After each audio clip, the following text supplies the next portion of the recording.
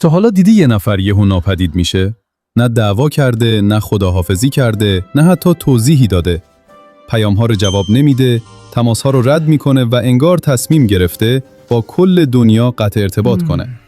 اولش همه میگن عجب آدم سردی، عجب آدم خودخواهی، لابد فکر میکنه از بقیه بالاتره. ولی واقعیت معمولاً یه چیز دیگه است. قطع ارتباط همیشه از بی‌احساسی نمیاد، خیلی وقتا از خستگی میاد.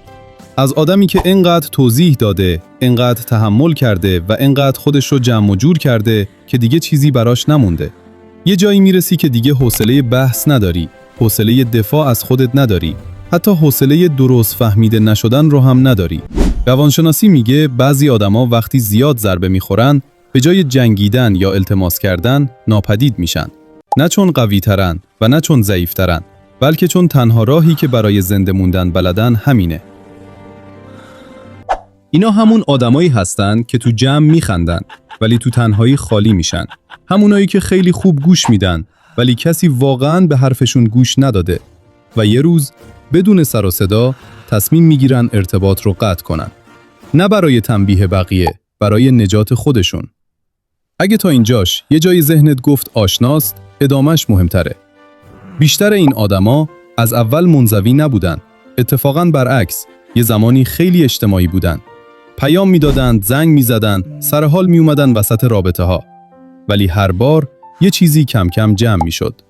نادیده گرفته شدن، مسخره شدن، درک نشدن، یا همیشه اونی بودن که باید کوتاه بیاد. روانشناسی به این میگه فرسودگی ارتباطی.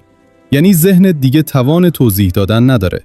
هر بار که حرف زدی و دیده نشدی، مغزت یه تیکه کوچیک عقب رفت تا یه روز که دیگه جلو نمیاد. برای این آدما قطع ارتباط یه تصمیم لحظه‌ای نیست، یه روند آرومه. اول کمتر پیام میدن، بعد دیر جواب میدن، بعد دیگه حال ندارن شروع کننده باشن و آخرش کلاً قطع میکنن. نه از روی لجبازی، از روی حفاظت. خیلی ها فکر میکنن این آدما فرار میکنن، ولی در واقع دارن مرز میکشن. مرزی که هیچ وقت بلد نبودن زودتر بکشن. اینجا یه نکته مهمه. کسی که ارتباطش رو با همه قطع میکنه، معمولاً از آدما فرار نمیکنه. از یه الگو فرار میکنه. الگوی دیده نشدن. الگوی همیشه قوی بودن. الگوی این که باید خودش رو وفق بده تا بقیه راحت باشن. و وقتی ذهنت به این نتیجه میرسه که هر ارتباطی قراره همون الگو رو تکرار کنه، اما این پایان داستان نیست. قسمت مهمترش تازه شروع میشه. اینجا یه سوء تفاهم بزرگ وجود داره. خیلی‌ها فکر میکنن کسی که ارتباطش رو با همه قطع میکنه دنبال تنهایی یا درام بیشتره، اما بیشتر وقتا دقیقاً برعکسه. این آدما دنبال آرامشن. دنبال یه جایی که مجبور نباشن خودشون رو توضیح بدن، توجیه کنن یا کوچیکتر از چیزی که هستن رفتار کنن. روانشناسی میگه بعد از یه مدت فشار، مغز به این نتیجه میرسه که کم کردن ورودی از تحمل بیشتر سالمتره. پس به جای عوض کردن همه آدم‌ها، کل سیستم رو خاموش میکنه. این کار شجاعانه نیست، قهرمانانه هم نیست. یه واکنش بقاست. خیلی از این آدما توی این دوره ساکت‌تر میشن، ولی شفافتر هم میشن. شروع میکنن به فهمیدن این که کجا بیش از حد بخشیدن، کجا مرز نداشتن و کجا از ترس تنها موندن تو رابطه‌های موندن که آروم آروم خالیشون کرده. قطع ارتباط برای این آدما پایان رابطه با دیگران نیست. شروع رابطه با خودشه.